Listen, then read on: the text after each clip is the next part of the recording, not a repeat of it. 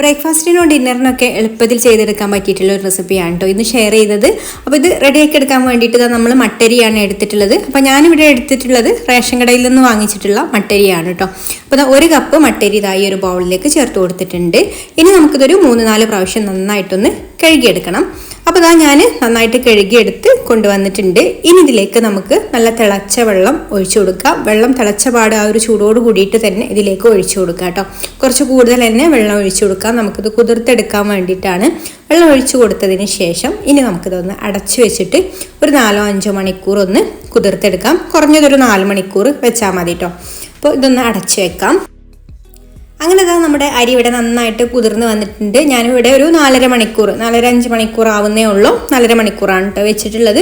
അപ്പോൾ ഇതുപോലെ നന്നായിട്ടൊന്ന് കുതിർത്തിയെടുക്കണം. അപ്പോൾ ഇതുപോലെ ഒന്ന് കുതിർന്ന് കിട്ടിയാൽ ഇനി നമ്മൾ ഇതിലുള്ള വെള്ളമൊക്കെ ഒന്ന് കളയാം. ഇനി കഴുകിയെടുക്കേണ്ട ആവശ്യമൊന്നുമില്ല, നമ്മൾ കഴുകിയെടുത്തതാണല്ലോ. അപ്പോൾ വെള്ളം അതുപോലെ ഒന്ന് ഊറ്റിയെടുത്തിട്ട് നമ്മൾ മിക്സിയുടെ ജാറിലേക്ക് ചേർത്ത് കൊടുത്തിട്ടുണ്ട്.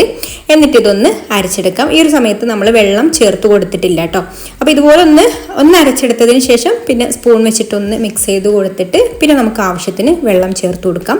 വെള്ളം ഒരുപാട് ഒഴിച്ചു കൊടുക്കരുത്, കുറേശ്ശെ വെള്ളം ചേർത്ത് കൊടുത്തിട്ട് വേണം അരച്ചെടുക്കാൻ വേണ്ടിയിട്ട്. അപ്പോൾ ഞാനിവിടെ ഒരു 1/2 ഗ്ലാസ് വെള്ളം ആദ്യം ഇതിലേക്ക് ചേർത്ത് കൊടുക്കുന്നുണ്ട്. എന്നിട്ട് ഒന്ന് മിക്സ് ചെയ്ത് കൊടുത്തിട്ട് വീണ്ടും അടച്ചു വെച്ചിട്ട് ഇതൊന്ന് അരച്ചെടുക്കാം. ഇടയ്ക്കിടയ്ക്കൊന്ന് സ്പൂൺ കൊണ്ട് ഇതുപോലെ ഒന്ന് ഇളക്കി കൊടുത്തങ്ങ് അരച്ചെടുത്താൽ മതി കേട്ടോ. അപ്പോൾ മൊത്തത്തിൽ ഞാനിപ്പോൾ ഇതിലേക്ക് ഒരു 3/4 ഗ്ലാസ് വെള്ളമാണ് കേട്ടോ ചേർത്ത് കൊടുക്കുന്നത്.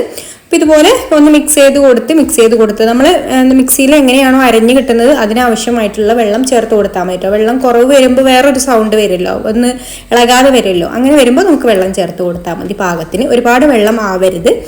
പിന്നെ ഒരു 3/4 ഭാഗം അരഞ്ഞ് വന്നു കഴിഞ്ഞാൽ പിന്നെ ഇതിലേക്ക് ഒരു 1/2 കപ്പ് തേങ്ങ ചിരവിയതും ഒരു 5-6 ചെറിയുള്ളിയും അതുപോലെ ഒരു 3/4 ടീസ്പൂണ് ചെറിയ ജീരകവും കൂടെ ചേർത്ത് കൊടുക്കുന്നുണ്ട്.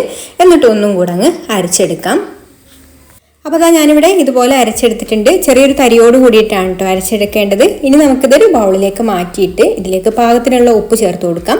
പിന്നെ നമ്മുടെ മാവ് കുറച്ചൊരു ലൂസായിട്ടാണ് ഇരിക്കുന്നത്. നമ്മൾ വെള്ളം ചേർത്ത് കൊടുത്ത് അരച്ചെടുത്തതല്ലേ, അപ്പോൾ കുറച്ചൊരു ലൂസായിട്ടുണ്ടാവും. അപ്പോൾ അതൊന്ന് ടൈറ്റാക്കി എടുക്കാൻ വേണ്ടിയിട്ട് ആവശ്യത്തിന് അരിപ്പൊടി കൂടെ നമ്മൾ ചേർത്ത് കൊടുക്കണം. പത്തിരിക്കുടിയപ്പത്തിനൊക്കെ എടുക്കുന്ന അരിപ്പൊടിയാണ് കേട്ടോ.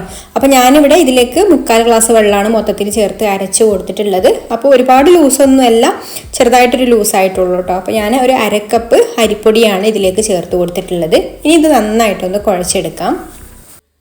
അങ്ങനെ ഞാനിവിടെ മാവ് നല്ല സോഫ്റ്റ് ആയിട്ട് തന്നെ കുഴച്ചെടുത്തിട്ടുണ്ട്. ഒരുപാട് നല്ല ടൈറ്റ് ആക്കി എടുക്കൊന്നും വേണ്ട കേട്ടോ. ഈ ഒരു ഒട്ടിപ്പിടിക്കുന്ന ലൂസായിട്ടുള്ള മാവ് ചെറുതായിട്ടൊരു ഒട്ടലുണ്ടാവില്ല, ആ ഒരു ഒട്ടലൊന്നും മാറി കിട്ടാനുള്ള പൊടി നമുക്ക് ചേർത്ത് കൊടുത്തിട്ട് കുഴച്ചെടുത്താൽ മതി. ഇനി നമുക്കിതിൽ നിന്ന് കുറേശ്ശെ എടുത്തിട്ട് ഇതുപോലെ കയ്യിൽ വെച്ചിട്ട് തന്നെ ഒന്ന് ഉരുട്ടിയെടുക്കാം. ഇനി ഇത് പരത്തിയെടുക്കാൻ വേണ്ടിയിട്ട് ഞാനിവിടെ ഒരു പ്ലാസ്റ്റിക് കവറിൻ്റെ ഒരു കഷ്ണമാണ് എടുത്തിട്ടുള്ളത്. അതിലൊന്ന് വെളിച്ചെണ്ണ ഇതുപോലെ ഒന്ന് പുരട്ടി കൊടുക്കുന്നുണ്ട്. എന്നിട്ട് മാവ് ഇതിൽ വെച്ച് കൊടുത്തിട്ട് കൈ വെച്ചിട്ട് തന്നെ ഒന്ന് പരത്തി കൊടുക്കാം. ഒരുപാട് നല്ല കട്ടിയിൽ പരത്തിയെടുക്കേണ്ട ആവശ്യമില്ല കേട്ടോ. എന്നാൽ നല്ല തിന്നായിട്ടും വേണ്ട, പൊട്ടരുത്. അങ്ങനെ ഒരു പാകത്തിനുള്ള 1/4 ഇഞ്ചിൻ്റെ താഴെ ഒരു കനത്തിൽ ഒന്ന് നന്നായിട്ട് പരത്തി കൊടുത്താൽ മതി. സൈഡൊക്കെ ഇതുപോലെ കൈ വെച്ചിട്ട് ഒന്ന് ലെവൽ ചെയ്ത് കൊടുത്താൽ മതി കേട്ടോ, കറക്റ്റ് ആ ഒരു റൗണ്ട് ഷേപ്പ് കിട്ടാൻ വേണ്ടിയിട്ട്. അപ്പോൾ ഇതുപോലെ ഒന്ന് പരത്തിയെടുത്തതിന് ശേഷം പിന്നെ നമ്മൾ നല്ല ചൂടായിട്ടുള്ള ഓയിലിലേക്ക് ഇട്ട് കൊടുക്കാം. ഹൈ ഫ്ലെയിമിൽ വെച്ചിട്ട് തന്നെയാണ് കേട്ടോ ഇത് പൊരിച്ചെടുക്കുന്നത്. അപ്പോൾ കുറച്ച് സമയം ഒന്ന് വെയിറ്റ് ചെയ്താൽ ഇതുപോലെ നന്നായിട്ട് അങ്ങ് പൊങ്ങി വരും. നമ്മൾ നെയ്യപ്പൊക്കെ മാവ് ഒഴിച്ച് പൊങ്ങി വരുന്ന അതുപോലെ തന്നെ നല്ല വീർത്ത് വരും കേട്ടോ. അപ്പോൾ ഇതുപോലെ ഒന്ന് പൊങ്ങി വന്ന് കഴിഞ്ഞ് പിന്നെ ഒരു സൈഡ് ഒന്ന് നമുക്ക് എത്രത്തോളമാണോ ഇതൊന്ന് മൂപ്പിച്ചെടുക്കേണ്ടത് അതിനാവശ്യത്തിന് ഉള്ള സമയം എണ്ണയിൽ വെച്ച് കൊടുക്കാം. വേവാത്ത കുഴപ്പം വരില്ല, നമുക്ക് ഹൈ ഫ്ലെയിമിൽ വെച്ചിട്ട് തന്നെ ഇത് വേവിച്ചെടുക്കാം. അപ്പോൾ ഒന്ന് റെഡി ആയി കഴിഞ്ഞാൽ, ഒരു സൈഡ് ഒന്ന് റെഡി ആയി കഴിഞ്ഞാൽ പിന്നെ നമുക്ക് തിരിച്ചിട്ട് കൊടുക്കാം. എന്നിട്ട് ഈ ഒരു സൈഡും കൂടെ ഇതുപോലെ ഒന്ന് ആയിക്കഴിഞ്ഞാൽ കഴിഞ്ഞാൽ നമുക്കിത് എടുക്കാം. അപ്പോൾ ഇനി ബാക്കിയുള്ളതെല്ലാം ഇതുപോലെ തന്നെ പൊരിച്ചെടുക്കാം. അപ്പോൾ ഇത്രയേ ഉള്ളൂ നമ്മുടെ അടിപൊളിയായിട്ടുള്ള നെയ്പത്തിരി ഇവിടെ റെഡി ആയിട്ടുണ്ട്. അപ്പോൾ ഇതുപോലെ മട്ടരി വെച്ചിട്ട് നെയ്പത്തിരി നമുക്ക് നല്ല അടിപൊളിയായിട്ട് റെഡിയാക്കി എടുക്കാം. വീഡിയോ ഇഷ്ടമായിട്ടുണ്ടെങ്കിൽ ലൈക്ക് ചെയ്യാനും ഷെയർ ചെയ്യാനും ചാനൽ സബ്സ്ക്രൈബ് ചെയ്യാനും ഫേസ്ബുക്കിലാണ് കാണുന്നതെന്നുണ്ടെങ്കിൽ പേജ് ഒന്ന് ഫോളോ ചെയ്ത് സപ്പോർട്ട് ചെയ്യാനും മറക്കല്ലേ. അപ്പം ഇനി മറ്റൊരു നല്ല റെസിപ്പിയുമായിട്ട് അടുത്ത വീഡിയോയിൽ കാണാം. താങ്ക്